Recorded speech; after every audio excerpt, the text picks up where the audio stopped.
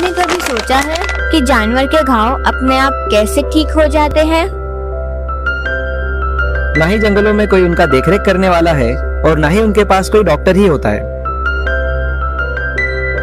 ईश्वर ने इनके शरीर को इस तरह से बनाया है कि यह अपने आप को खुद ही ठीक कर लेते हैं। कुछ इसी तरह से इंसान का शरीर भी खुद को ठीक करने में सक्षम होता है।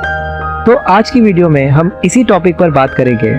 मेरा नाम है अभिषेक और मैं हूँ Shruti Gupta. So let's roll the intro.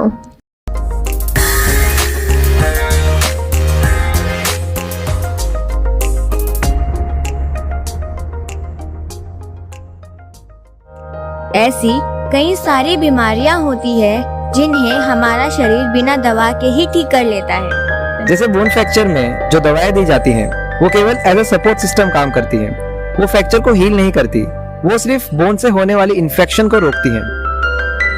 Fracture के आसपास ब्लड क्लॉट फॉर्म होने लगता है और bone cell new bone tissues बनाते हैं और पुराने और डैमेज टिश्यूज को निकाल देते हैं और समय के साथ बोन अपने आप को हील कर लेते हैं।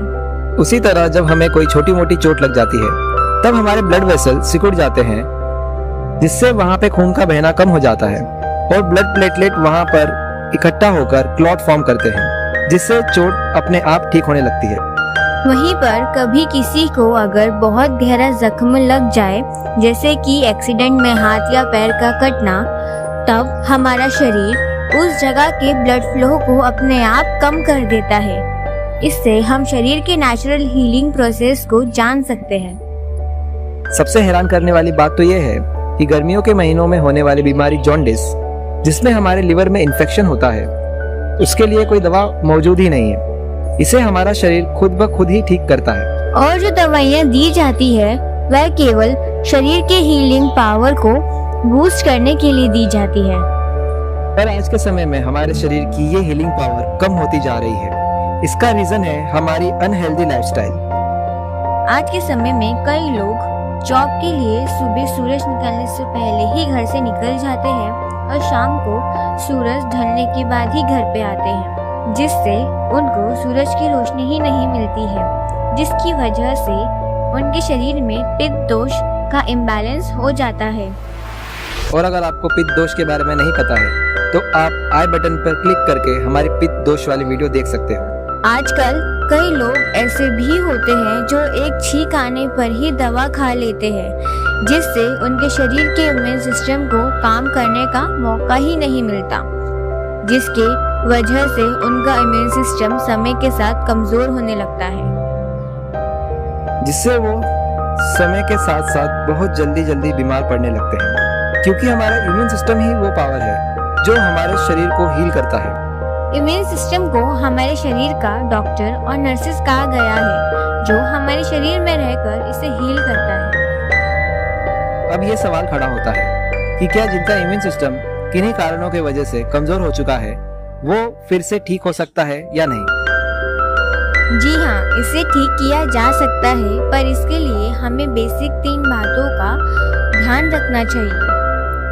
पहला है फूड, दूसरा है स्लीप, तीसरा है एक्सरसाइज। सबसे पहले हम बात करेंगे कि हमें क्या नहीं खाना चाहिए। ज्यादा अमाउंट में पैकेज फूड नहीं खाना चाहिए, ज्यादा समय से फ्रिज में रखे हुए खाने को खाने से बचना चाहिए और जितना हो सके हमें मैदे से बनी हुई चीजें लाइक समोसे, बिस्किट्स, पिज्जा, बर्गर, इन्हें खाने से बचना चाहिए।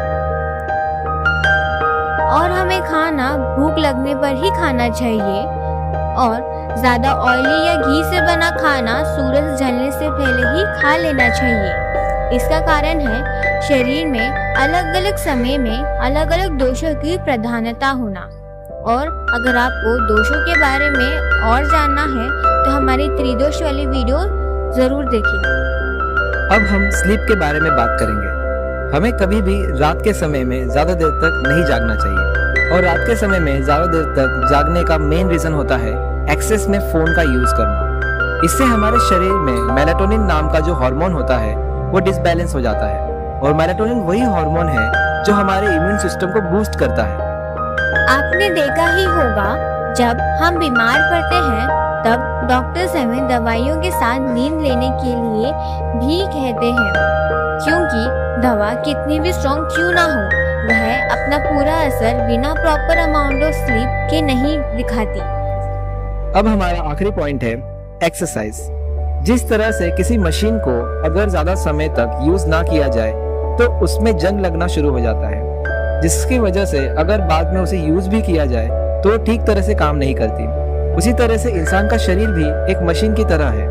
अगर इसे ठीक तरीके से उपयोग में ना लिया जाए तो हमारे शरीर में बीमारियां होने लग जाती हैं। एक्सरसाइज से हमारी कार्डियोवास्कुलर एक्टिविटी स्ट्रेंथन होती है और इमोशनल स्ट्रेस भी रिड्यूस होता है।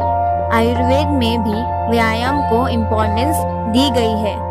आयुर्वेद के अनुसार एक्सरसाइज से हमारे इम्यून सिस्टम को बूस्ट मिलता है और हमारी इम्यूनिटी भी स्ट्रांग होती है।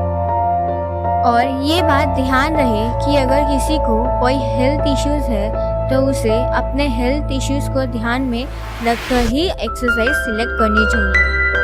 So guys, that's all for today's video. We hope आपको वीडियो इंटरेस्टिंग लगी होगी। If yes, then like our video, and if you are new to our channel, subscribe it. Thank you. you.